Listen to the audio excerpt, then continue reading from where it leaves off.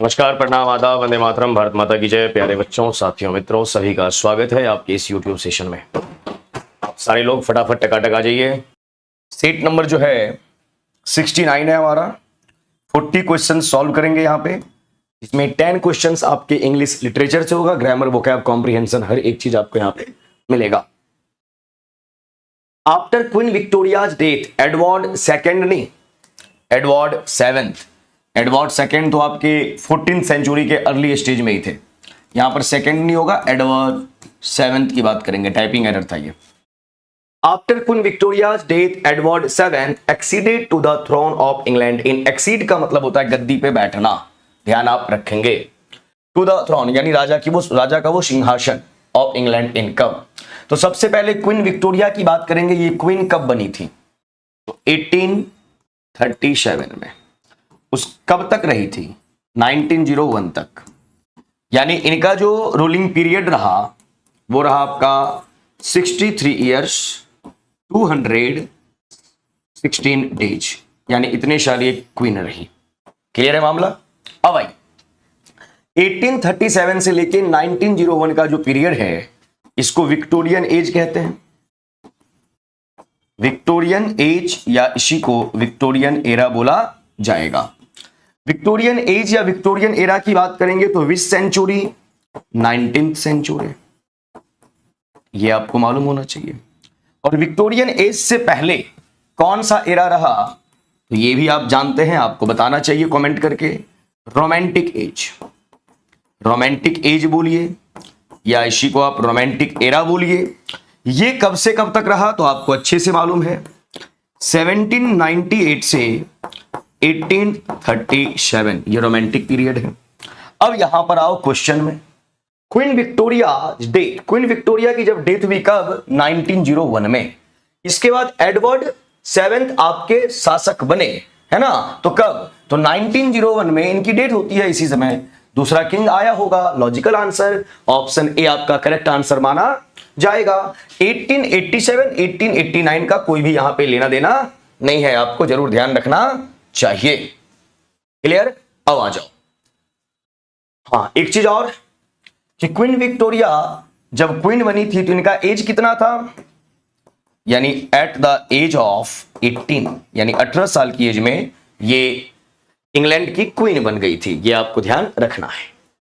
और जितने बच्चे सेशन में हैं, सेशन को बंधु लाइक कर दीजिए, शेयर कर दीजिए। लाइक और शेयर करना बहुत जरूरी है। Who among the following poets is an Indian by birth and who called upon Englishmen to take up white man's burden and reap his own reward? REWARD यहां पर वर्ड आपका रिवॉर्ड है, reward है। Clear? Question क्या है समझिए। बोल रहा है who among the following, following का मतलब जो ऑप्शन आपको दिए हुए हैं इनमें से कौन से होंगे? पोएट यानी poet is an Indian by birth यानी इंडिया में पैदा लिए हैं। And who called upon, call upon जो अपील कर रहे हैं, रिक्वेस्ट कर रहे हैं इंग्लिशमैन से, जो अंग्रेज लोग हैं। और इंग्लिशमैन का कहने का मतलब यहां पे व्हाइट पीपल, व्हाइट मैन, है ना, जो गोरे लोग हैं। To take up white man's burden and reap his on reward. इनका एक पोयम आया, जो भी बात ये बोली गई है। एक पोयम है सेम नेम, सेम नेम करके, ये एक पोयम है।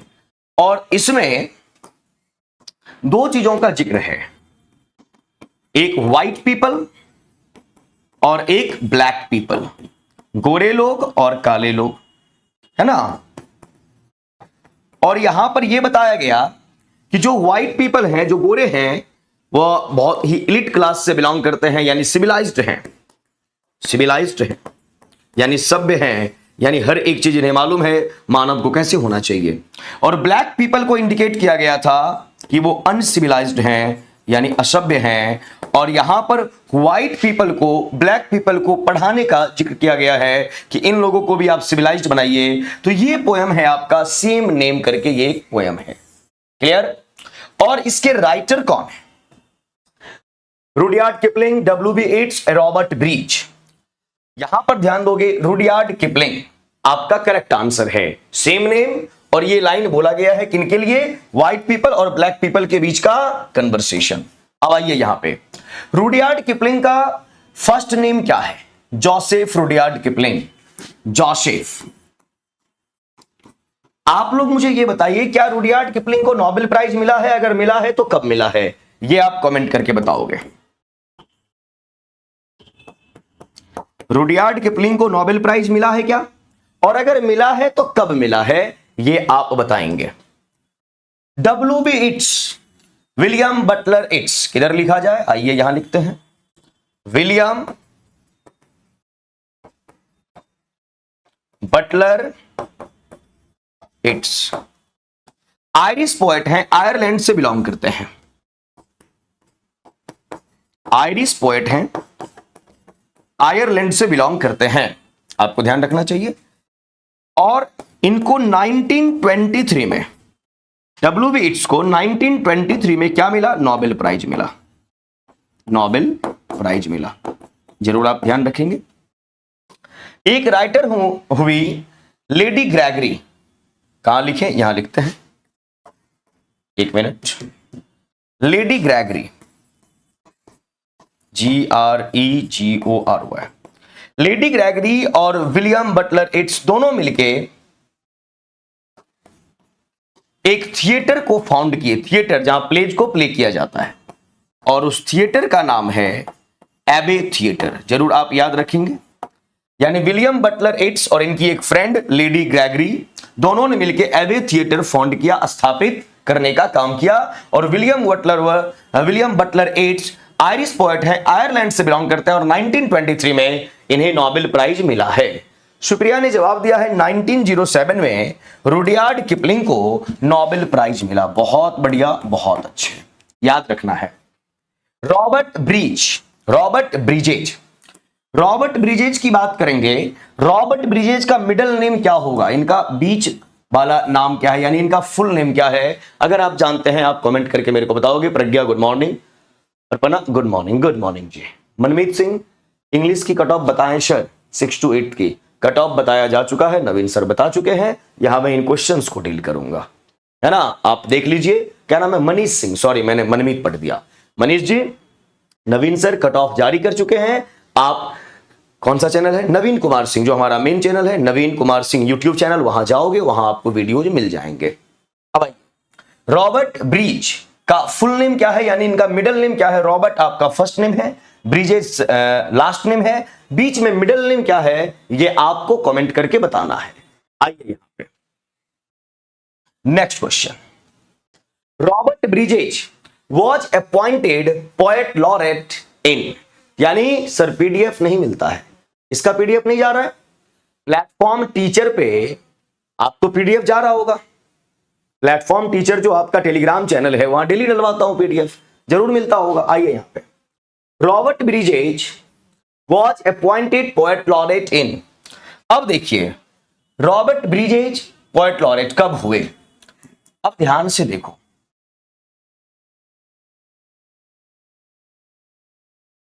क्या क्या नाम बताया था कल?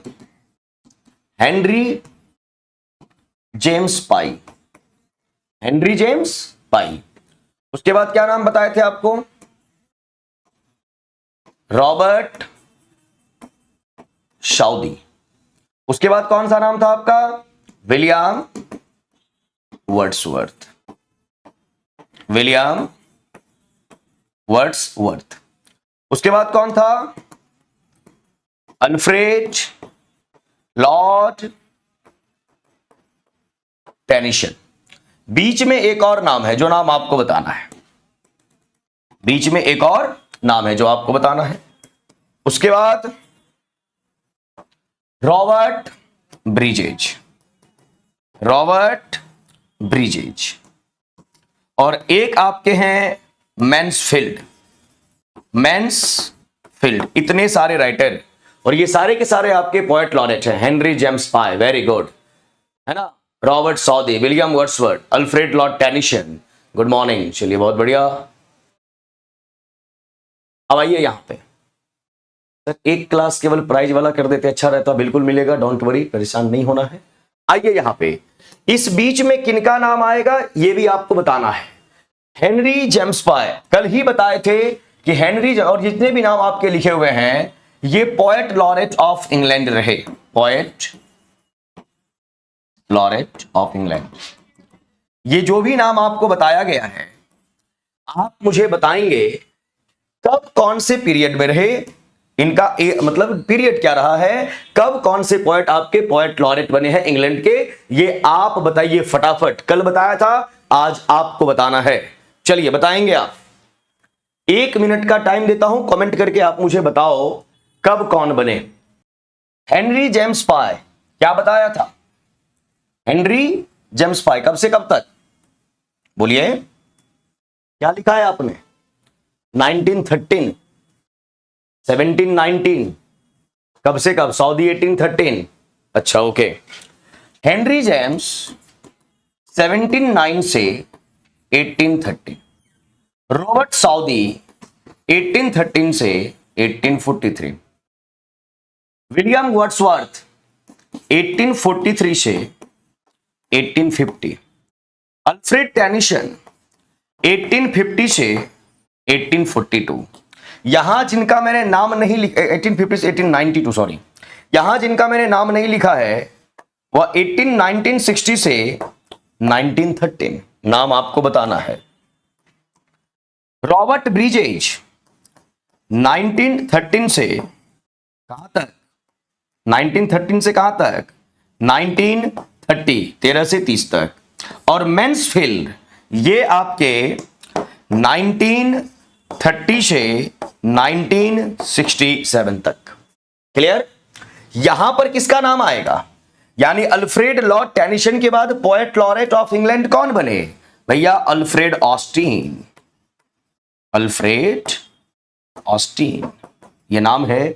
और ये सारे पोएट लॉरेट हैं और ये आपको याद रखना है कब कौन सा आपसे पूछ दिया जाए, ध्यान रखिएगा। और एक चीज और, यहां सर यही पीआरटी के लिए क्लास है, सभी के लिए क्लास है इंग्लिश के, ध्यान रखेंगे आप। सर जॉन ड्राइडेन सबसे पहले बने, वो जॉन ड्राइडेन सबसे पहले बने, है ना, 1668 में। तो हेनरी पहले होगा, हाँ बिल्कुल, इससे पहले और भी हुए हैं, बात करेंगे उस पर। जॉन ड्राइडेन आपके 1668 में first poet laureate of England हुए। आइए, इसलिए डेली सीक्वेंस में बताता हूं ताकि आप डेली देखेंगे तो आपको याद होगा। अब यहां पर आ जाओ, ये सब तो आपने पढ़ लिया पोएट लॉरेट के बारे में, पोएट लॉरेट ऑफ इंग्लैंड, ये याद रखना है क्योंकि कभी भी कोई सा पूछा जा सकता है। Robert Bridges was appointed poet laureate 1913। इससे पहले कौन, अल्फ्रेड ऑस्टिन। इससे पहले कौन, Alfred Lord Tennyson, William Wordsworth, Robert Southey. Robert Southey आपके पोएट लॉरेट ऑफ इंग्लैंड नहीं बनते अगर वॉल्टर स्कॉट, रॉबर्ट सऊदी से पहले अपॉर्चुनिटी पोएट लॉरेट बनने का वॉल्टर स्कॉट को दिया गया था, बट उन्होंने उस अपॉर्चुनिटी को डिनाई कर दिया, इसलिए बाद में रॉबर्ट सऊदी को बनाया गया 1813 में, है ना, ध्यान आपको रखना और पूरा याद रखिएगा। और रॉबर्ट ब्रिजेज कब नियुक्त किया गया, 1913, और 1913 से कब तक रहे ये, 1930 तक रहे, याद रखना है। Good morning. आइए, who wrote the testament of beauty. Testament of beauty एक वर्क है जो 1929 में पब्लिश हुआ। किन्होंने लिखा है, रॉबर्ट ब्रिजेज ने। और मैंने आपसे पूछा रॉबर्ट ब्रिज का मिडिल नेम क्या है, रॉबर्ट ब्रिज का मिडिल नेम क्या है, ये आप कमेंट करके बताइए। जॉन मैन्सफील्ड, अभी जस्ट मैंने आपको बताया मैन्सफील्ड के बारे में कि ये भी आपके पोएट लॉरेट ऑफ इंग्लैंड रहे 1930 से लेके 1967 तक। चलिए फिर से बता दीजिए, बताया है तो बुलबुल, मैंने नहीं देखा कमेंट। तो रॉबर्ट ब्रिजेज ये कब से कब तक पोएट लॉरेट रहे, जस्ट बताया है ना। जॉन मैन्सफील्ड ये आपके पोएट लॉरेट रहे 1930 टू 1930। और जॉन मैन्सफील्ड ये कब से कब तक, तो ये आपके रहे 1930 से 1967, याद रखिएगा। थॉमस हार्डी, इनके कई सारे वर्क्स हमने आपको पढ़ाए। थॉमस हार्डी कौन कौन सा वर्क पढ़ाया बताइए, कौन कौन सा, एक जो मोस्ट इंपॉर्टेंट वही लिखूंगा, कास्टर ब्रिज करके, Casterbridge, the mayor of Casterbridge, इस वर्क को जरूर पढ़िएगा, एग्जाम में पूछा जाता है। The mayor of Casterbridge, Thomas Hardy का ये नॉवेल है, रिटर्न टू द नेटिव, इस वर्क के बारे में भी पढ़ना है। रिटर्न टू द नेटिव, ये सारे मोस्ट इंपॉर्टेंट वर्क्स हैं थॉमस हार्डी के। ये सब तो मैंने बता दिया। इसके अलावा भी गूगल पे जाके, विकिपीडिया पे जाके हर एक राइटर के बारे में आपको पढ़ना है। करेक्ट आंसर क्या हो जाएगा? नहीं, रॉबर्ट ब्रिजेज वो अलग हैं और आप दूसरा नाम बता रहे हैं, है ना। ये अलग है, ये अलग है। करेक्ट आंसर आपका यहां हो गया रॉबर्ट ब्रिजेज। यहां पे आइए। Next, identify the title of poem Robert bridges wrote in 1904 for the opening of Somerville college Oxford. ये एक कॉलेज का नाम है सोमरविल, कहां पर, किस यूनिवर्सिटी में? ऑक्सफोर्ड यूनिवर्सिटी में। और बोला गया identify the title of the poem जो रॉबर्ट ब्रिज लिखे 1904 में। कौन सा टाइटल था? डीमीटर, द इरोस एंड साइकी या नाइटिंगेल्स। तो जो टाइटल दिया गया था डीमीटर, ये तीनों पोएम्स हैं, ये तीनों आपके पोएम हैं। और नाइटिंगेल देख के आप जॉन किट्स पे मत चले जाइएगा, है ना, उनकी भी एक कविता है। यहां पर डीमीटर, द इरोस एंड साइकी और नाइटिंगेल्स, और नाइटिंगेल जॉन किट्स का है, उसका फुल नेम क्या है ये आप मुझे बताएं। इन तीनों के राइटर जो आपके हैं वो आपके रॉबर्ट ब्रिजेज हैं। और नाइटिंगेल्स का रिलेशन जो जॉन किट्स से है उसका फुल नेम क्या है ये आप बताओगे। चलिए अब यहां पे आइए, क्या टाइटल दिया गया था 1904 में जो रॉबर्ट ब्रिज आपके लिखे थे पोएम, है ना? कौन सा? डीमीटर, डीमीटर, द इरोस एंड साइकी। ये आपके लिए मोस्ट इंपॉर्टेंट है, ये एग्जाम में पूछा जा चुका है रॉबर्ट ब्रिज का। इसको बार बार देखिएगा और गूगल विकिपीडिया से आपको पढ़ना है, यहां से भर भर के क्वेश्चंस देखने को मिल जाते हैं। सीमोर, वेरी गुड प्रज्ञा, रॉबर्ट सीमोर ब्रिजेज, बहुत अच्छा, यही तो मैं ढूंढ रहा था कौन लिखेगा। रॉबर्ट सीमोर ब्रिजेज, ये नाम है इनका, ध्यान रखना है। करेक्ट आंसर हो गया ऑप्शन ए। और द इरोस एंड साइकी, इसके बारे में आपको बार बार पढ़ना है बिकॉज ये मोस्ट इंपॉर्टेंट है। Ode to nightingales, John Keats, बहुत बढ़िया, ओड टू नाइटिंगेल्स। चलिए पढ़ते हैं आप लोग, इसीलिए याद है। ये ओड टू नाइटिंगेल्स की बात करेंगे तो आपका हो जाएगा जॉन किट्स, जॉन किट्स। और जॉन किट्स का नाम आया है तो इनको ब्यूटी पोएट बोला जाता है, ये आपके जहन में होना चाहिए, ब्यूटी पोएट, है ना। और जॉन किट्स बहुत कम समय में ही चले गए थे, 1795 में ये पैदा हुए और 1821 में इनकी डेथ हुई। और इनकी डेथ पे एक एलिजी लिखा गया, एलिजी सैड पोएम होता है ना, एक एलिजी लिखा गया जिसका नाम है एडोनिस, एडोनिस। आप बताइए जॉन किट्स के डेथ पे जो एलिजी लिखा गया जिसका नाम है एडोनिस, इस एडोनिस के राइटर कौन? एक तो वीनस एंड एडोनिस है जो विलियम शेक्सपियर साहब लिखे हैं। ये एडोनिस जो एक एलिजी है जो जॉन किट्स के डेथ पे लिखा गया है, किन्होंने लिखा है, राइटर कौन है, ये आप बताएंगे। चलिए गुड मॉर्निंग। अब आइए, the Eros and psyche, nightingales हो गया। एडोनिस के राइटर कौन? जो एलिजी है जो जॉन किट्स के डेथ पे लिखा गया है। हाँ ढेर सारे हैं, और टू ग्रीशियन, अरे ये भी है, बताओ, तब तक मैं आगे बढ़ता हूं। Identify the poet who became the poet laureate in 1930 after the death of Robert Bridges. अभी जस्ट आप सीक्वेंस पढ़े थे पोएट लॉरेट के बारे में, अभी पढ़ाया। Henry James Pye 1790 1813, Robert Southey 1813 to 1843, William Wordsworth 1843 to 1850, Alfred Lord Tennyson 1850 to 1892, Alfred Austin 1896 to 1913, Robert Bridges 1913 1930, और उसके बाद मैन्सफील्ड 1930 to 1967। इसीलिए सीक्वेंस याद रखना है इस टाइप के क्वेश्चन को सॉल्व करने के लिए।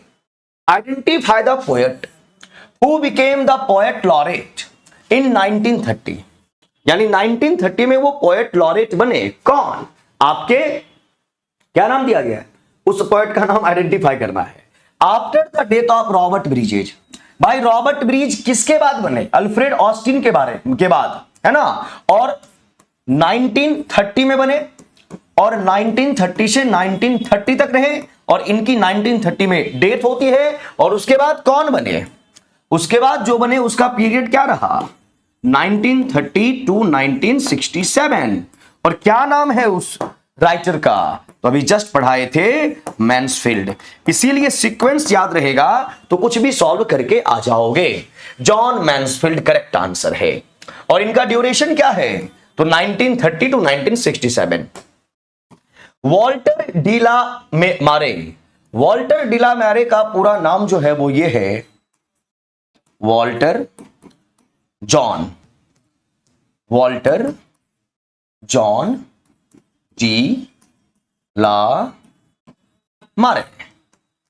और जेम्स एलरॉय फ्लैकर, ये भी आपके दोनों ब्रिटिश राइटर, तीनों ब्रिटिश राइटर ही हैं। करेक्ट आंसर आपका क्या हो गया? A for Agra. अब यहां आइए, पीबी शैले, बहुत बढ़िया। एडोनिस के बारे में, ये जो एडोनिस है, जो एलिजी पोएम है, इसे लिखने का काम पीबी शैले ने किया। पीबी शैले तो second generation of romantic era के पोएट्स है। जॉन किट्स भी है, लॉर्ड बायरन भी है, ध्यान आपको रखना है। Very good, PB Shelley. आइए next question. The Georgian poetry, a work of 12 different writers appeared in. The Georgian poetry को जो लीड करने का काम किया, उसके राइटर है रॉबर्ट ग्रेव। वैसे इसमें ढेर सारे राइटर हैं, रॉबर्ट ग्रेव्स। इनके बारे में गूगल पे, विकिपीडिया पे आपको पढ़ना है रॉबर्ट ग्रेव के बारे में। Georgian poetry, a work of 12 different writers, 12 यानी कि 12 राइटर आए। कब से कब तक अपीयर हुआ? 1911 टू 12, 1901 टू 2, 1956। यहां पर 19 होना चाहिए। 1911 टू 1912, ध्यान आपको रखना है। बहुत बढ़िया, बहुत अच्छे। Next question. Name of the Indian mystic and philosopher who influenced W Yeats. कौन से ऐसे इंडियन पोएट हुए और फिलोसफर हुए जो इन्फ्लुएंस किए किसको? डब्ल्यू ईट्स को। अभी आपने डब्ल्यू ईट्स के बारे में पढ़ा, क्या नाम है इनका? William Butler Yeats. और इन्हें नोबेल प्राइज भी मिला, अभी आप पढ़े। इन्हें क्या मिला? Nobel prize. कब मिला? आप लोग एक बार फिर से बता दें, बार बार प्रैक्टिस करोगे याद रहेगा। विलियम बटलर ईट्स को नोबेल प्राइज कब मिला, ये आपको बताना है। और इन्होंने एक थिएटर भी फाउंड किया। उस थिएटर का नेम क्या है? अभी जस्ट बताया है मैंने। आप उस थिएटर का नेम भी बताएंगे। आइए यहां पे, पुरोहित स्वामी, स्वामी रामतीर्था परमहंस योगानंदा। अब आइए, पुरोहित स्वामी, पुरोहित स्वामी ये बिलोंग करते हैं, ये इंडियन फिलोसफर हुए। इंडियन फिलोसफर कहिए या इंडियन टीचर कहिए, जो धर्म के बारे में ज्ञान देने का काम किए। बिलोंग कहां से करते हैं? महाराष्ट्र से, महाराष्ट्र से। और इन्होंने डब्ल्यू ईट्स को काफी इंफ्लुएंस किया।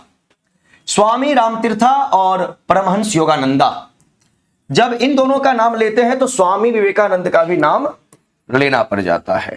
क्यों? स्वामी विवेकानंद जी का यहां पर नाम क्यों? क्योंकि ये तीनों ऐसे हैं, स्वामी रामतीर्था, परमहंस योगानंदा और स्वामी विवेकानंद, ये तीनों यूएसए गए और वहां पे जाके हिंदुइज्म का प्रचार प्रसार किया। हिंदुइज्म के बारे में पूरी दुनिया को बताने का काम किया। हमारे स्वामी विवेकानंद कब गए? 1893 में। स्वामी रामतीर्था कब गए? 1902 में। और परमहंस योगानंदा ये कब गए? ये गए 1920 में। ये आपको ध्यान रखना है। सब फिलोसफर ही हैं और सब रिलीजियस ही हैं, सब स्पिरिचुअल लीडर हैं। क्लियर? और पुरोहित स्वामी ने डब्ल्यू ईट्स को क्या किया? बहुत ज्यादा इंफ्लुएंस किया इन सभी चीजों के बारे में, गीता के बारे में बताया, हर एक चीज के बारे में डब्ल्यू ईट्स को बताया गया था। ध्यान आप रखेंगे। करेक्ट आंसर आपका ए हो गया। मैंने सवाल क्या पूछा था आपसे कि विलियम बटलर ईट्स को नोबेल प्राइज कब मिला? 1923। बहुत बढ़िया। दूसरा सवाल क्या पूछा था कि विलियम वर्ड्सवर्थ और एक इनकी फ्रेंड, क्या नाम था उनका? Lady Gregory, GREGORY। दोनों ने मिलकर एक थिएटर फाउंड किया। उस थिएटर का क्या नाम था? किसी ने नहीं बताया। एबे, ABBEY, एबे थिएटर। अभी थोड़ी देर पहले बताए फिर भी भूल जाते हो, है ना, ध्यान रखेंगे। चलिए next, identify Yeats poem. It's means WB it's, it's means WB it's, William Butler it's. 1923 में नोबेल प्राइज मिला है, एबी थिएटर ये फाउंड किए हैं, ध्यान आपको रखना है। Identify Yeats poem that show the influence of Indian thought specially of the Bhagavad Gita. अभी आपने क्या पढ़ा पुरोहित के बारे में, पुरोहित स्वामी के बारे में। इन्होंने WB इट्स को काफी इन्फ्लुएंस किया और बहुत कुछ बताए हिंदुइज्म के बारे में, है ना, गीता के बारे में।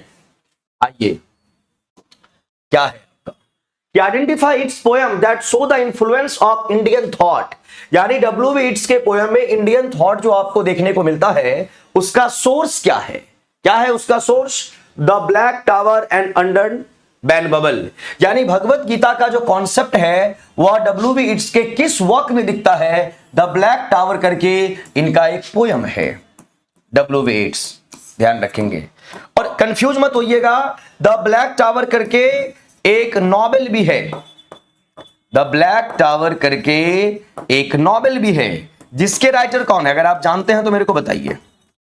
द ब्लैक टावर अगर पोयम की बात करेंगे तो भैया WB इट्स की बात आएगी, और द ब्लैक टावर एक नॉवेल भी है, उसके राइटर कौन है ये आपको बताना है। आइए यहां responsibility the wild swan. The wild swan एक पोयम का नाम है, WB इट्स राइटर हैं, आपको ध्यान रखना है। और न्यू पोयम्स, न्यू पोयम्स के राइटर कौन? न्यू पोयम्स के राइटर हैं फ्रांसिस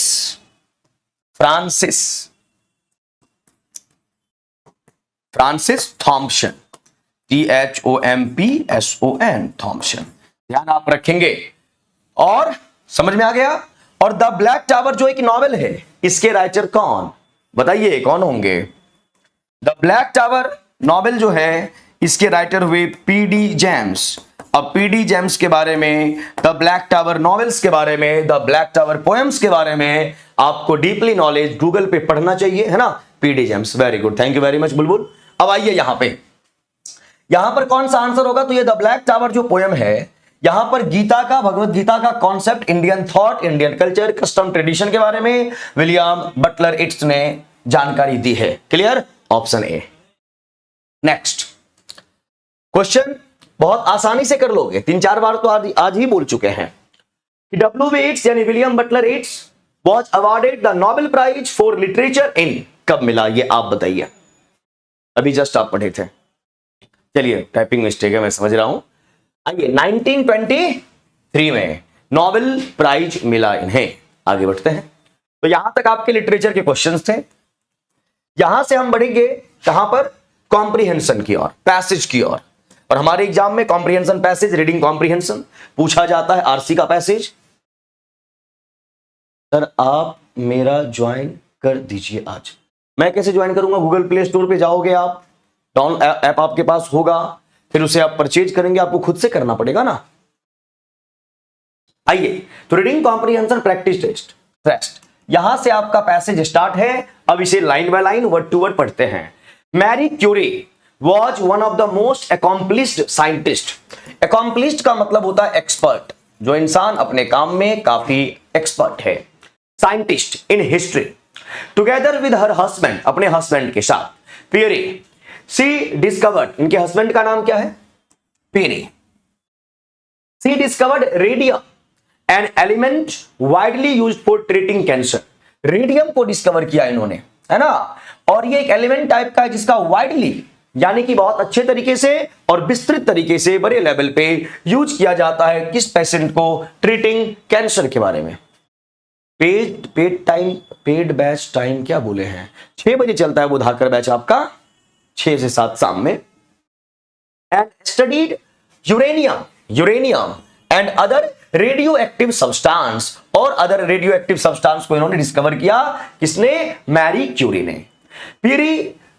पियरी जो इनके हस्बैंड हैं, एंड मैरिज एमिकेबल। एमिकेबल का मतलब क्या होता है? फ्रेंडली। हर एक वर्ड को समझिए।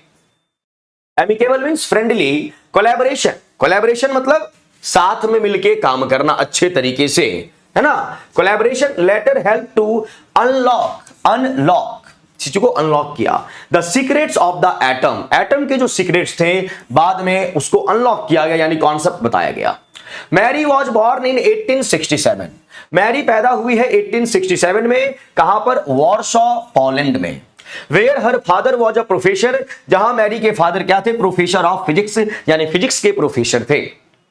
Eight an early age, at an early age यानी शुरुआती दिनों में, she displayed a brilliant mind and a blithe, blithe मतलब फ्लेक्सिबल, एक ऐसा इंसान जो बड़ा ही फ्लेक्सिबल है। फ्लेक्सिबल उसे बोलते हैं जो अपनी गलती को एक्सेप्ट कर ले, रिलेशन को बचाने के लिए कहीं कई बार झुक भी जाए, है ना, उस सभी सेंस में फ्लेक्सिबल बोला जाता है। जिस इंसान में एरोगेंस ना हो, जिस इंसान में अकर नाम का चीज ना हो, घमंड नहीं हो, उसी को ब्लीदे बोलते हैं। और ब्लीदे वर्ड का मीनिंग होता है फ्लेक्सिबल पर्सनालिटी, यानी इंसान बहुत ही सॉफ्ट है, जेंटलमैन है। हर ग्रेट एक्सुबरेंस, एक्सुबरेंस का मतलब होता है कोई भी चीज जो बहुत बेहतरीन हो। For learning prompted her to continue with her studies after high school, यानी चीजों को बहुत अच्छे तरीके से सीखती थी, पढ़ने में मजा इन्हें आता था। शी बिकेम डिसग्रंटल्ड, डिस का मतलब होता है not, qualified disqualify, satisfied dissatisfied यानी संतुष्ट नहीं है कोई, और ग्रंटल्ड वर्ड का मीनिंग होता है सेटिस्फाइड। तो डिससेटिस्फाइड यानी असंतुष्ट। शी बिकेम डिसग्रंटल्ड, जबकि ये लेडी पढ़ने में बहुत अच्छी है ना, लेकिन डिसग्रंटल्ड हुई यानी डिससेटिस्फाइड हुई। क्यों? However when she learned that the university in Warsaw, जहां पैदा हुई थी पोलैंड में, वहां एक यूनिवर्सिटी है, university in Warsaw was closed to women, बोला गया महिलाओं को शिक्षा अब नहीं मिलेगा। ये सुन के ये बहुत परेशान हो गई, नाराज हो गई, डिस्टर्ब्ड हो गई। डिटरमिन्ड, बल्कि ये डेडिकेटेड थी। डिटरमिन्ड मींस डेडिकेटेड होना। Happy morning Santoshi Singh, good morning. To receive a higher education, जबकि ये हायर एजुकेशन प्राप्त करना चाहती थी। सी डिफाइंडली, डिफाइंडली का मतलब क्या होता है? डिनाई कर देना, आपने कुछ बोला उस बात को हम नहीं मानेंगे, छोड़ देंगे। डिफाइंटली लेफ्ट पोलैंड, जैसे ही पोलैंड में वॉर्सो में यूनिवर्सिटी में ऐसा बोला गया कि यूनिवर्सिटी को क्लोज कर दिया गया है महिलाओं के लिए, तो ये क्या बोली कि हम पोलैंड ही छोड़ देंगे, और वहां से चली गई। She definitely left Poland and in 1891 entered the, और 1891 में एंटर की कहां पे? सॉर्बोन। सॉर्बोन क्या है? एक फ्रेंच यूनिवर्सिटी है, यानी पोलैंड से चली गई और फ्रांस में जाके सॉर्बोन में फ्रेंच यूनिवर्सिटी है एक, जहां पे इन्होंने एडमिशन लिया। Where she earned her master's degree, वहां पे इन्होंने एमए किया, and doctorate in physics, PhD वगैरह फिजिक्स में। Mary was fortunate, fortunate means lucky. To have studied perfect infinitive, यानी स्टडी को इन्होंने कंप्लीट कर लिया वहां पे। At the Sorbonne with some of the greatest scientists of her day, कुछ वहां पे और भी साइंटिस्ट लोग थे। One of whom, उनमें से एक था पियरे क्यूरी, जिनसे बाद में इन्होंने शादी भी की, इन्होंने मैरी ने। Marie and Pierre were married in 1895 and spent many productive years, और साथ में बहुत पल बिताया इन्होंने और काफी प्रोडक्टिव रहा। प्रोडक्टिव मींस दोनों ने मिलकर काफी काम किया होगा। Working together in the physics laboratory a short time after they discovered radium, बहुत कम समय में इन्होंने रेडियम को डिस्कवर किया। पेरी जो इनके हस्बैंड है was killed, इनको मार दिया गया, इनकी हत्या कर दी गई by a horse drawn wagon in 1906। Marie was stunned, जैसे ये डेथ सुनी अपने हस्बैंड के बारे में, stunned यानी बोलते हैं ना एकदम होचक्का रह जाना, कुछ समझ में ही नहीं आना, शॉक लग जाना, झटका लग जाना। stunned by this horrible misfortune, horrible मतलब विभत्स, और मिसफॉर्चून यानी दुर्भाग्य, हस्बैंड की डेथ हो गई। एंड इंड्योर का मतलब होता है दर्द को टॉलरेट करना, बर्दाश्त करना। हार्ट ब्रेकिंग एंग्विश का मतलब दुख, तकलीफ, पीड़ा, उस चीज को इन्होंने इंड्योर किया, बर्दाश्त किया, टॉलरेट किया।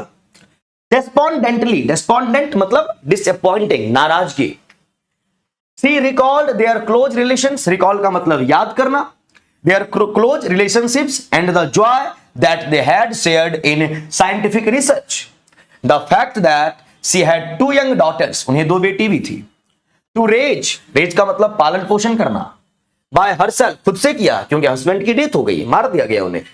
greatly increased her distress, है ना, डिस्ट्रेस मतलब तनाव। क्यूरेज फीलिंग ऑफ डेसोलेशन, डेसोलेट अलग थलग रहना, अब साथी इनके नहीं रहे तो ये अलग रहने लगी, मतलब थोड़े परेशान भी रहती थी। Finally began to fade when she was asked, जब उनसे पूछा गया, सक्सीड, एक minute, she was asked to succeed her husband as a physics professor at the Sorbonne. She was the first woman to be given a professorship at the world famous university. फिर यहाँ की जहां से पढ़ी थी Sorbonne university में, जो कि फ्रेंच यूनिवर्सिटी है, यहां पे ये प्रोफेसर भी बनी। In 1911 she received the Nobel Prize in Chemistry. 1911 में नोबेल प्राइज इनको मिला, किस क्षेत्र में? केमिस्ट्री में। फॉर आइसोलेटिंग रेडियम, रेडियम को आइसोलेट करने के लिए। ऑल्दो मैरी क्यूरी इवेंचुअली यानी अल्टीमेटली यानी एट लास्ट यानी कि अंततः suffered a fatal illness, fatal का मतलब डेडली, घातक बीमारी हो गई, from her long exposure to radium, radium के कांटेक्ट में रहने से, ढेर सारा काम करने से बीमार हो गई थी। She never became disillusioned, illusion का मतलब होता है भ्रम, डिस का मतलब होता है not, disillusioned about her work regardless of the consequences, परिणाम जो भी रहा जिंदगी में, जो भी स्थिति परिस्थिति आई, कभी रुकी नहीं, कभी डरी नहीं। She had dedicated herself to science, हमेशा अपने आप को साइंस से कनेक्ट करके रखा, to revealing the mysteries, और जितनी भी मिस्ट्रीज थी, जो रहस्य थे, उसको रिवील करने का काम किया, ऑफ द फिजिकल वर्ल्ड, इस सांसारिक दुनिया में। क्लियर? आइए यहां पे आप, मजा आ गया होगा कहानी सुन के। द क्यूरीज यानी मैरी क्यूरी, क्यूरीज लिखा हुआ है यानी दोनों, वाइफ हस्बैंड, मैरी क्यूरी और मैरी क्यूरी, क्यूरीज है प्लूरल फॉर्म में, वाइफ हस्बैंड दोनों की बात कर रहे। कोलैबोरेशन, दोनों का एफर्ट कोलैबोरेशन था, दोनों साथ में बहुत खुश थे। Helped to unlock the secret of the atom, यानी दोनों ने साथ में मिलकर कैसे काम किया था। यहां वर्ड आया है फ्रेंडली, और यहां पर पैसेज में वर्ड आया था एमिएबल। एमिएबल होता है या एमिकेबल होता है, और दोनों का मीनिंग होता है फ्रेंडली, इसीलिए वोकैब जानना बहुत जरूरी है। वहां पर एमिएबल वर्ड का इस्तेमाल किया गया और यहां पर फ्रेंडली वर्ड ऑप्शन में आ गया, तो जब तक वर्ड का मीनिंग आप नहीं जानेंगे सेंस कंप्लीट नहीं हो पाएगा। तो फ्रेंडली, कॉम्पिटिटिव, दोनों एक दूसरे के कॉम्पिटिटर नहीं थे, दोनों साथ में मिलके फ्रेंडली काम करते थे। और कोटियस का मतलब क्या होता है? कोटियस, कोर्ट, दरबार वगैरह, उस सेंस में भी बात नहीं करेंगे। Right option A for Agra. Marie had a bright mind, बोला गया ना मैरी बहुत ही इंटेलिजेंट थी, बहुत ही ब्रिलियंट थी। एंड डैश पर्सनालिटी, और बहुत ब्रिलियंट होने के बाद भी बहुत ही फ्लेक्सिबल थी। ब्लीदे वर्ड का इस्तेमाल था, ब्लीदे बहुत ही फ्लेक्सिबल होना, है ना, यानी इंसान बहुत टॉप पे है, लेकिन अगर विचारों से बात करेंगे तो सिंपलिसिटी में बिलीव रखते हैं, उस सेंस में। स्ट्रॉन्ग नहीं, ह्यूमरस, कॉमेडी करने वाला नहीं, लाइट हार्टेड, बिल्कुल अपने आप को हल्का रखना, यानी अपनी सफलता को माथे पे चढ़ने नहीं देना, तो बिल्कुल लाइट हार्टेड, ब्लीदे वर्ड का इस्तेमाल था, यानी बहुत ही फ्लेक्सिबल थी। नेक्स्ट क्वेश्चन, व्हेन सी किसके लिए? मैरी क्यूरी के लिए। Learn that she could not attend the university in Warsaw, Poland में जब बोला गया कि यूनिवर्सिटी को क्लोज कर दिया गया है, महिलाओं को पढ़ने नहीं दिया जाएगा, तब ये कहां चली गई थी? Sorbonne, French university. तो जब ये सुने कि यहां पे महिलाओं को पढ़ने नहीं दिया जाएगा, तो ये कैसा फील की? होपलेस, यानी होपलेस हो गई, अब तो हमारा कुछ नहीं हो पाएगा। नहीं, होपलेस तो नहीं हुई थी, नाराज हुई, फिर वहां से निकल के आगे निकली। डिप्रेस्ड और एनवाइड, एनवाई मतलब होता है नाराज, डिप्रेशन में नहीं चली गई थी, नाराज थी, है ना, एनवाइड थोड़ी बहुत नाराज हुई थी। आइए next question, Marie dash by living Poland यानी वॉर्सो में जब बोला गया कि महिलाओं को पढ़ने का हक नहीं है, तो वो पोलैंड को लीव कर गई, छोड़ गई। एंड ट्रेवलिंग टू फ्रांस चली गई टू एंटर द सॉर्बोन, और वहां पे एडमिशन लिया, है ना।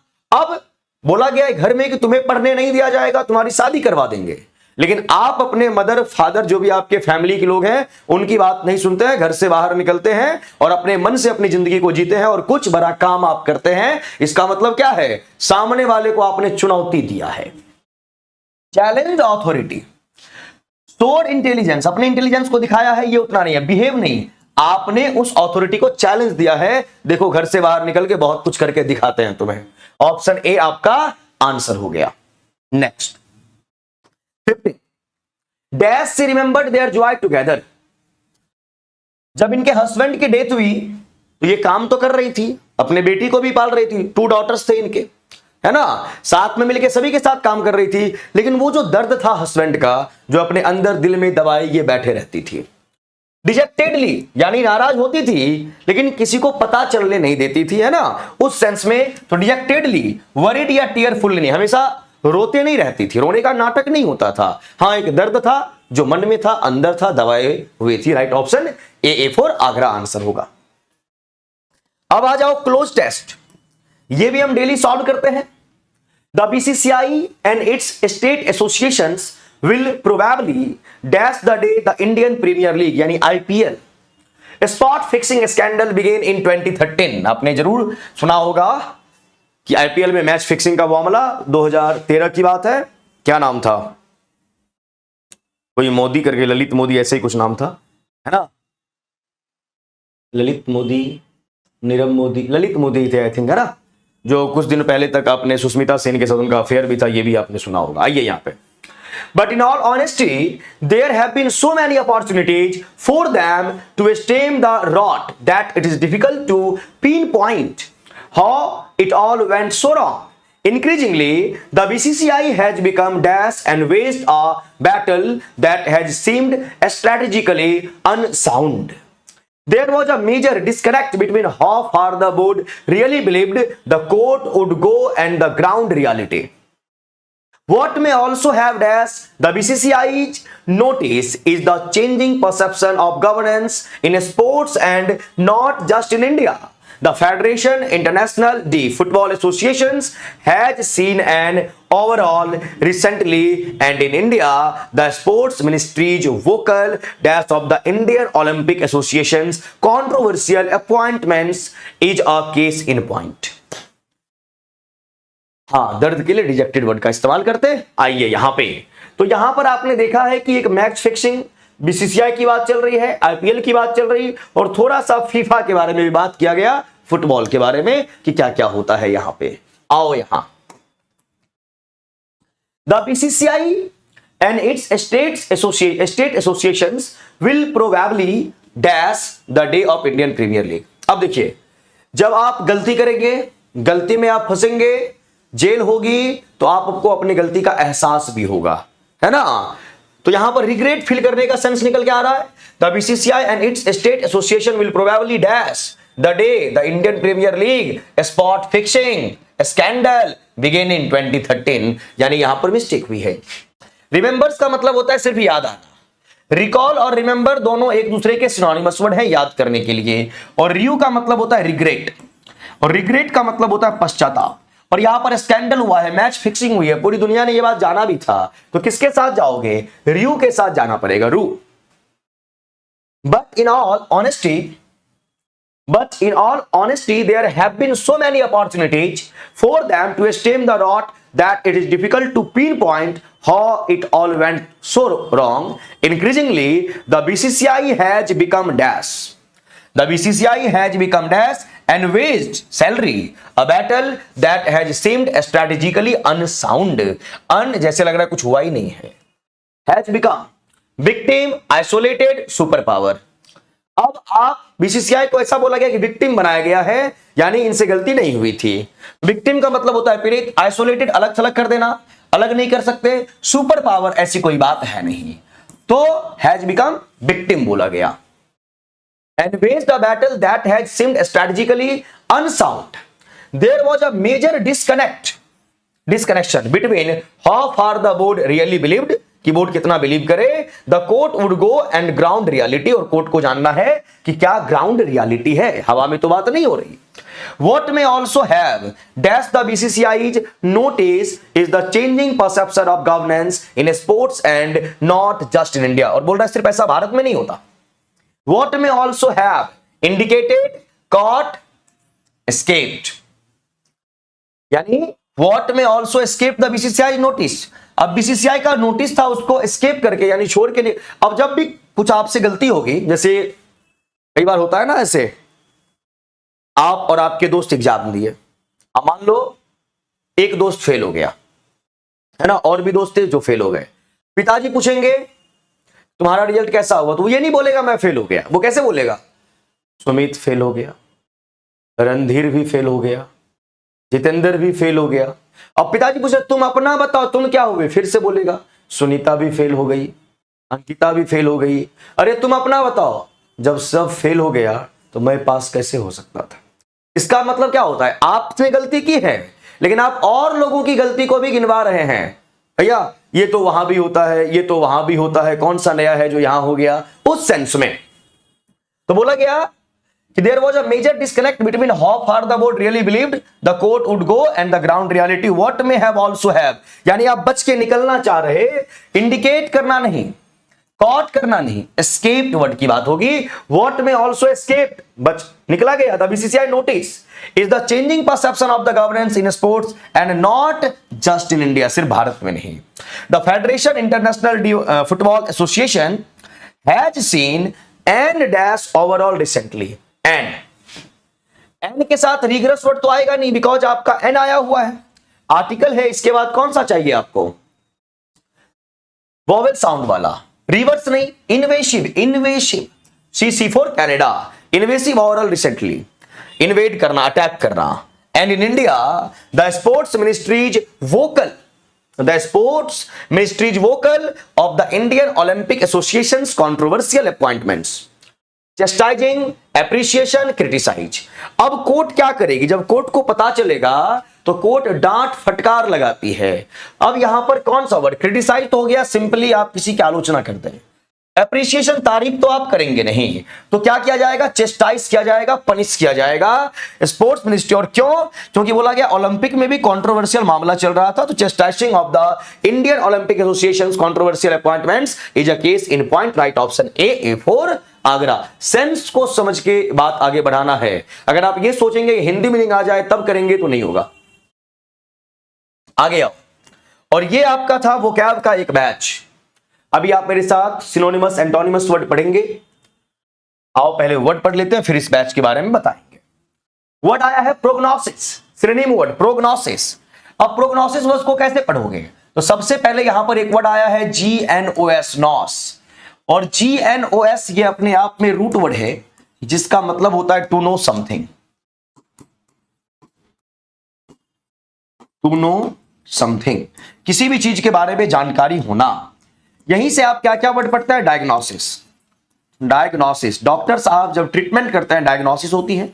और डायग्नोसिस करने से पहले जब भी आप ओपीडी में जाते हैं, डॉक्टर से मिलते हैं, वहां पर क्या होता है, डॉक्टर्स जैसे ही विजिट करोगे पहले पूछेंगे क्या हो रहा है, कैसे फील कर रहे हो, बुखार कितने दिन से आ रही है, ये सब चीजें है ना। तो प्रो वर्ड का मीनिंग होता है बिफोर, प्रो का मीनिंग क्या होता है, बिफोर। और नॉस का मतलब जानना, पहले आप जानने की कोशिश करते हैं। और यहीं से एक वर्ड और बन जाता है प्रोग्नोस्टिकेट, प्रोग्नोस्टिकेट। अब प्रोग्नोस्टिकेट वर्ड का मीनिंग क्या हो जाएगा, तो प्रो का मीनिंग बिफोर, नोस का मीनिंग जानना, और एटी है तो वह आपका क्या हो जाना है, वर्ब के तौर पे काम करेगा। अब आइए यहां पे, तो प्रोग्नोस्टिकेट वर्ड का मीनिंग होता है प्रिडिक्ट करना, PREDICT। और प्रिडिक्ट करने का क्या मतलब, प्री मीन्स होता है बिफोर आपका, और DICT डिक्ट का मीनिंग होता है स्पीक या राइट। यानी जब किसी भी बात को पहले आप बोल दें, भविष्यवाणी आप कर दें, प्रिडिक्शन, भविष्यवाणी, उस सेंस में, है ना। स्कीम का मतलब क्या होता है, कोई प्लान, कोई योजना, कोई स्ट्रैटेजी, कोई स्ट्रैटेजी। आइडेंटिफिकेशन, पहचान। और कहां गया वर्ड, ACB किधर है, फोरकास्ट, भविष्यवाणी। देखिए फोरकास्ट भविष्यवाणी है, लेकिन प्रोग्नोसिस जो होता है आप पूछ के पता लगाएंगे। प्रोग्नोस्टिकेट है भविष्यवाणी, बट प्रोग्नोसिस होता है किसी भी चीज को पहले जानना, किसी भी चीज को पहले पहचानना। और डॉक्टर साहब बीमारी की पहली पहचान करते हैं, उसके बाद डायग्नोसिस, उसके बाद ट्रीटमेंट करते हैं। तो प्रोग्नोसिस है आइडेंटिफिकेशन, ना कि फोरकास्ट। अब प्रोग्नोस्टिकेट वर्ड होता तब फोरकास्ट वर्ड के साथ जाते, FORECAST। क्लियर है ना, ध्यान रखेंगे। बहुत बढ़िया। सर्दी जुकाम पता नहीं इस महीने में क्यों हो गया। एंगर, एंगर का मीनिंग क्या होता है, गुस्सा। अब एंगर की बात करेंगे तो एंगर आपका है एब्स्ट्रैक्ट नाउन, और यहीं पर अगर एंग्री वर्ड आ जाए तो एंग्री वर्ड आपका क्या हो जाता है, एडजेक्टिव। एंग्री एडजेक्टिव है, एंगर नाउन है, ध्यान आपको रखना है। पार्टी, पार्टी का मतलब होता है कोई दल, और इसके लिए एक वर्ड इस्तेमाल होता है फैक्शन, FACTION, और फैक्शन का मतलब होता है ग्रुप। और एक पार्टी वो होता है जो आप इंजॉय करते हैं, है ना, गाना भी सुना होगा, 4 बोतल वोड का काम मेरा रोज का। आइए हैप्पीनेस, हैप्पीनेस का मतलब क्या होता है खुशी। कौन कौन सा वर्ड इस्तेमाल करेंगे, एक वर्ड होता है यूफोरिया, जरूर आप याद रखिएगा। Exaltation, EXULTATION। और कौन सा वर्ड, एंथुजियाज्म, ENTHUSIASM। एक्साइटमेंट, जब आप किसी भी चीज को लेके बहुत ज्यादा खुश रहते हैं, अच्छे लेवल के एग्जाम में इस टाइप के वर्ड्स पूछे जाते हैं आपसे। और लव मतलब क्या हो जाता है, अफेक्शन, प्यार, मोहब्बत, अफेक्शन बोलिए। इंक्लिनेशन, जब किसी के प्रति आपका झुकाव हो, inclination. Love means respect, regard, सम्मान, ये भी होता है। एंगर का मीनिंग है गुस्सा, जब आप गुस्से में होंगे तो आप खुश नहीं रहेंगे। तो आंसर क्या होना चाहिए, आप नाराज रहेंगे, प्यार वगैरह नहीं। Right option C for Canada, antonym के तौर पे। नंबर 23 वन वर्ड है, one who talks while sleep is called. Talk, बात करने के लिए, टॉक के लिए या स्पीक के लिए हमारे पास रूट वर्ड होता है। एक वर्ड होता है लॉग, LOGUE, एक होता है LOQUA, है ना, और एक वर्ड होता है LOQUENT, लॉक्वेंट। ये तीनों वर्ड हैं आपको बोलने के लिए। लॉग, लॉग से ही आपका वर्ड बनता है dialogue, di means two, log means बोलना, जब दो लोग आपस में बातचीत करें डायलॉग है। यहीं पे वर्ड आता है monologue, mono means single, one, log means बोलना, जब एक इंसान बोलेगा बाद बाकी सब सुनेंगे, जैसे मैं अभी बोल रहा हूं आप लोग सुन रहे हो, इट्स कॉल्ड मोनोलॉग, ध्यान रखना है। लोका भी बोलने के लिए है, लॉक्वेंट भी बोलने के लिए है। अब यहां पर बोला गया स्लीप, सोते हुए बोलना। स्लीप के लिए वर्ड आता है SOMN, सॉम, और सॉम रूट वर्ड है जिसका मीनिंग होता है स्लीप, यानी कि सोना। अब सो भी रहे बोल भी रहे, क्या वर्ड बन जाएगा, तो सबसे पहले सोने के लिए आपने वर्ड बना SOMN, सॉम। अब किसके लिए, बोलने के लिए, बोलने के लिए लो का वर्ड है सोमनी लॉक्वेस्ट, सोमनी लॉक्वेस्ट, ऐसे वर्ड होता है कनेक्ट। तो सोमनी मतलब स्लीप, लो का वर्ड आ गया बोलने के लिए। IST किसी भी वर्ड के अंत में हो, उस वर्ड का पार्ट्स ऑफ स्पीच होता है कॉमन नाउन। तो सोमनी लॉक्वेस्ट मतलब सोया हुआ है, बोल रहा है, तो नींद में जो बोलने का काम करेगा उसे सोमनी लॉक्वेस्ट कहेंगे। राइट ऑप्शन बी है। अब यहीं पे आ जाओ, सोमनम्बुलिस्ट की बात कर रहे हैं, तो भैया SOMN, ये स्लीप के लिए है। चलने के लिए वर्ड आता है एम्बुल, एम्बुल। अब यहां पे आइए, AMBUL, इसी वर्ड से एम्बुलेंस बनता है, एम्बुलेंस जो चलने का काम करेगा, पेशेंट को लेगा चल देगा। तो सोमनम स्लीप, और एम्बुल यानी कि वॉक करना, जो नींद में चले उसे सोमनम्बुलिस्ट कहते हैं। AMBUL आ गया। वर्ड आया है सोमनीफेरस, मतलब स्लीप, और सोमनीफेरस एक ऐसी मेडिसिन है जिसे खाने के बाद नींद बहुत आएगी, है ना, नींद की गोली आप बोल सकते हो, यानी इंटेंडिंग टू स्लीप, जिसका इरादा है कि आपको सुला दिया जाए, है ना। और इसी के लिए एक वर्ड और इस्तेमाल होता है, आप याद रख सकते हैं, सोपोरिफिक, सोपोरिफिक, है ना, नींद बहुत आना। तो ये रूट वर्ड का कमाल है, जब इस तरीके से आप वर्ड को पढ़ते हैं तो फिर वर्ड आप भूलेंगे नहीं, हर एक वर्ड आपको याद रहेगा। आइए यहां पे आंसर क्या हो गया, टॉक करने की बात कर रहे, सोमनी लॉक्विस्ट आपका आंसर है। आ जाओ, idiom to move heaven and earth, यानी पृथ्वी से लेके जन्नत तक का सफर, स्वर्ग तक का सफर, यानी आपके कर्म कैसे होंगे, बहुत अच्छे होंगे। टू कॉज एन अर्थक्वेक, नहीं। टू ट्राई एवरीथिंग पॉसिबल, यानी हर एक चीज को आप करेंगे अच्छाई, है ना, हर एक लेवल पे ये हो जाएगा। To pray to all gods, सिर्फ भगवान भगवान करने से स्वर्ग मिल जाएगा, नहीं, कर्म करना पड़ता है यहां पे। तो राइट ऑप्शन बी होना चाहिए। Next, find the correctly spelled symmetry, symmetry, symmetry, CEMETRY, ये करेक्ट स्पेलिंग है। और सिमेट्री का मतलब क्या होता है, जहां पर किसी को दफनाया जाए डेथ के बाद, यानी ग्रेवयार्ड, GRAVEYARD, और ग्रेवयार्ड का मतलब कब्रिस्तान होगा। और एक सिमेट्री ये होता है, ये तो आपका CMETRY है, एक होता है SYMETRY, symmetry.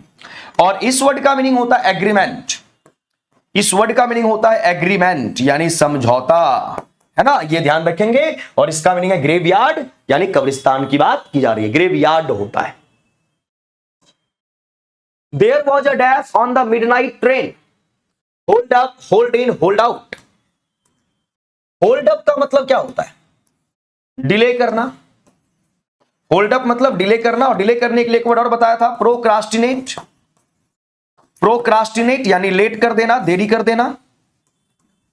Hold in, hold in आप उस चीज को पकड़ के रखते हैं। और होल्ड आउट यानी आपने मेंटेन किया हुआ है। There was a dash on the midnight train, यानी midnight ट्रेन, आधी रात ट्रेन की बात है। और ट्रेन की अगर बात है तो या तो ट्रेन टाइम पे आएगी या ट्रेन डिले करेगी। होल्ड अप होना चाहिए।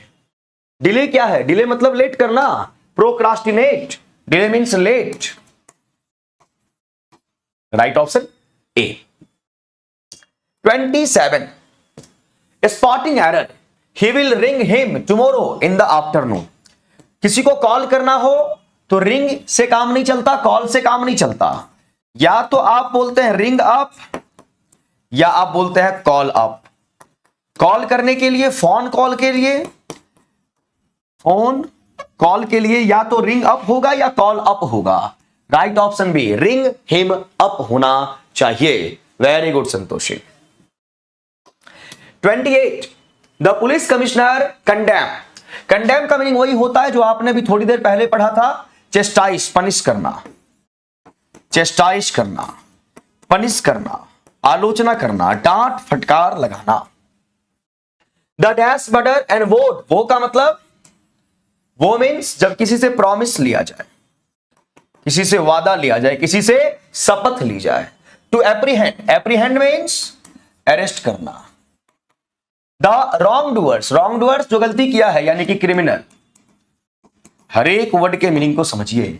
With in a fortnight, fortnight means a period of 2 weeks या अ पीरियड ऑफ 14 डेज, यानी 2 सप्ताह के अंदर उस क्रिमिनल को पकड़ा जाए, ऐसा प्रॉमिस करवाया गया।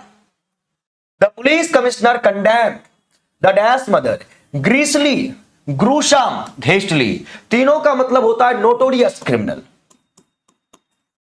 यानी कुख्यात अपराधी।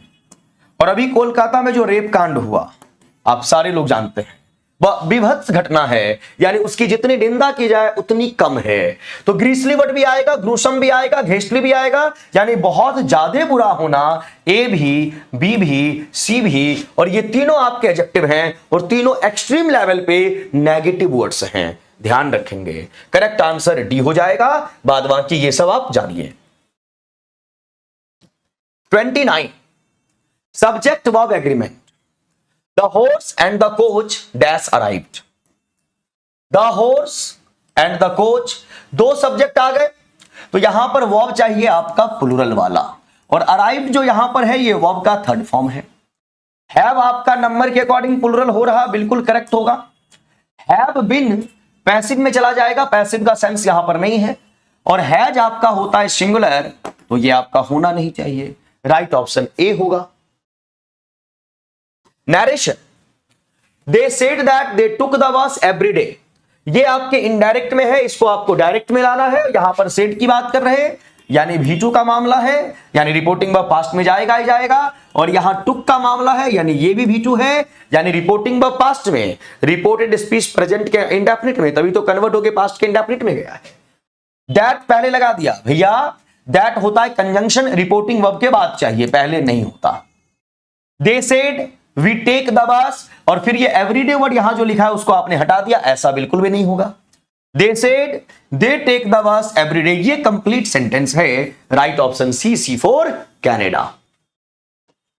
वॉइस की बात करें, the task would have been completed, would have been completed यानी मॉडल के परफेक्ट का पैसिव, मॉडल हैव बीन भी थर्ड, यानी मॉडल का परफेक्ट फॉर्म और उसका पैसिव फॉर्म। अब इस सिंपल स्ट्रक्चर क्या होगा, मॉडल हैव भी third, completed by that time tomorrow somebody someone some people. अब यहां पर वर्ब नहीं लगाया, यहां पे समवन या समबडी लगा सकता है, किसी में नहीं लगाया। विल कंप्लीट कर रहे, जबकि यहां पर वुड हैव है, वुड हैव भीतर होना चाहिए।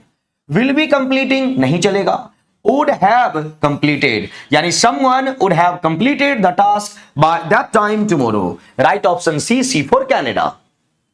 Next question, we can go to the amusement park with you. ये आपका क्वेश्चन टैग है। अब यहां पर कैन गो बोल रहे, यानी अफर्मेटिव वे में है, टैग आपका नेगेटिव में जाएगा। कैन का कांट हुआ और वी का वी हुआ, बिल्कुल सही है। डोंट नहीं लगाओगे, क्योंकि स्टेटमेंट में जो हेल्पिंग वर्ब है टैग वाले पार्ट में वही हेल्पिंग वर्ब चाहिए, और अफर्मेटिव है तो अफर्मेटिव टैग नहीं बनता है, नहीं बनता है। Literary terms and poetic device, a repetition of sentences using the same structure। एक ही प्रकार के सेंटेंस को आगे आप ले जा रहे, उसी को बोलते हैं पैरेलल स्ट्रक्चर। प्रेजेंट है तो प्रेजेंट ही गया, पास्ट है तो पास्ट ही गया, इसको पैरेलल स्ट्रक्चर बोला जाएगा। एडाज या एफोरिज्म ये तो होता है सेइंग, कहावत, और यहां पर स्ट्रक्चर पैरेलल नहीं होता, अनपैरेलल होता है, अनपैरेलल होता है। और पैरेलल स्ट्रक्चर यानी एक रिदम में, एक सुर में गया है, उसी को पैरेलल स्ट्रक्चर कहेंगे। और repetition of using the same structure है ना, parallel structure.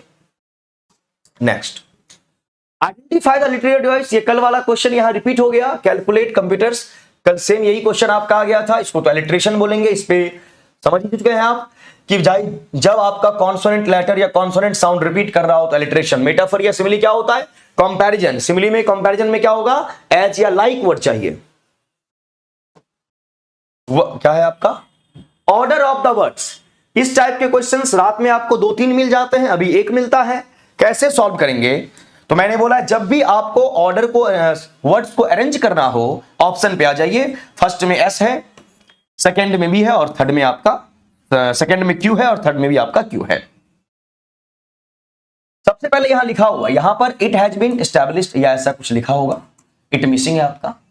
Has been established that, अब इसके बाद दैट आपका लग गया क्लॉज, कंजंक्शन। इसके बाद दूसरा क्लॉज स्टार्ट होगा जिसका सब्जेक्ट आपको चाहिए। एस में बोल रहा है right from his school days, his school days आप बोल रहे हैं right from his school days. S बात कर रहे, राइट फ्रॉम कहां से और किसके स्कूल के दिनों की आप बात कर रहे है ना, नाउन के लिए चाहिए, नहीं रुका। बी में क्यू है, it has been established that although a great scientist. अब एक ग्रेट साइंटिस्ट, साइंटिस्ट आपका हो गया नाउन, नाउन से शुरुआत कर सकते। सी में भी आपका क्यू दिया हुआ है, एस से तो स्टार्ट आपका होगा नहीं। अब Q, although a great scientist, Q, Q के बाद पी, आइंस्टीन वॉच। अब ये ग्रेट साइंटिस्ट कौन है, आइंस्टीन है, आइंस्टीन वॉच, पी, क्यू के बाद पी, उसके बाद आर, आइंस्टीन वॉच विक, और इजएमआर वॉच वर्ड के बाद एडजेक्टिव, बिल्कुल सही है। Weak in arithmetic, QPR and S। Right from कब से वीक है अर्थमेटिक में, हिज स्कूल डेज, अपने स्कूल के दिनों से। Right option B for Bombay. C क्यों नहीं होगा, तो क्या है, it has been established that, Q, although a great scientist, P, Einstein watch, S। Einstein watch right from his school days, weak in arithmetic, कोई सेंस नहीं बनेगा। राइट ऑप्शन क्या होना चाहिए, B for Bombay. 36 sentence improvement है। MLA is a representative electing by the voters of a constituency of the legislature. भाई किसी को जब आप चुन रहे पैसिव वॉइस में, तो यहां पर पैसिव वॉइस में वर्ब का थर्ड फॉर्म चाहिए, इलेक्टिंग नहीं, elected by the. Elects V5 होता है, नहीं चलेगा, पैसिव वॉइस में वर्ब का थर्ड फॉर्म चाहिए। इलेक्टेड बाय अ नहीं, द वोटर्स की बात करेंगे, क्योंकि वोटर्स प्लुरल फॉर्म में है। ए मतलब सिंगुलर, ये भी नहीं, by the, elected by the. Right option C for Canada. Preposition के questions, he gave a talk dash the cause of dengue fever. यहां पर आपका टॉपिक दिया हुआ है, और जब किसी टॉपिक पे आप बात करेंगे तो उसके लिए रिलेशन हो गया उस टॉपिक से, ऑन का इस्तेमाल होगा। He gave a talk on the cause of dengue fever. Right option B for Bombay आपका आंसर है। 38 grammatical profile question, what part of speech, यानी पार्ट ऑफ स्पीच पूछा गया, कनेक्ट्स वर्ड्स, जो वर्ड को कनेक्ट करे, ग्रुप ऑफ वर्ड्स को connect करे। Examples are for and, nor, but, और, येट एंड सो। यानी ये किस टाइप के वर्ड्स हैं? कनेक्टर हैं, कंजंक्शन, प्रेपोजिशन नहीं, एडवर्ब नहीं, कंजंक्शन, पहचान होनी चाहिए। 39, before the next light identify the phrase, clause and sentence, यानी पहचानना है यहां पर कौन सा फ्रेज है, क्लॉज है या सेंटेंस है। बिफोर द नेक्स्ट लाइट, ये ग्रुप ऑफ वर्ड्स है, लेकिन इस ग्रुप ऑफ वर्ड्स में वर्ब नहीं है, यानी ये विदाउट वर्ब है। और जब group of words without verb आएगा उसे ना क्लॉज कहेंगे ना सेंटेंस कहेंगे, ये हमारा फ्रेज कहलाएगा। बी फॉर बॉम्बे आपका आंसर हुआ। नेक्स्ट ये क्या है? देखिए ये जो आपका है 6 to 9 10th TRE 4.0 के लिए 6 to 8 की बात करें, 9 10th की बात करें, 11th और 12th की बात करें, उसके लिए कंप्लीट इंग्लिश का बैच है, कंप्लीट, जहां ग्रामर, वोकैब, कॉम्प्रिहेंशन, लिटरेचर सब पढ़ाया आपको जा रहा है। अगर आप इंडिविजुअली कोई सा क्लास लेना चाहते हैं 6 to 8 या 9 10th या 11 12th, फी है 999, कॉम्बो लेंगे 1999 होगा ऑनलाइन मोड में। और ऑनलाइन मोड में कहां पे? अपना ऐप है प्लेटफॉर्म बाय नवीन कुमार सिंह, यहां पे मिल जाएगा। ऑफलाइन मोड में भी अपना बैच चल रहा है 12:30 से 2:30 के बीच में, दोपहर में, अभी 15 मिनट के बाद मिलेंगे उस बैच में। कहां पे? भिकना पहाड़ी, सेतपुर मोड़, पटना।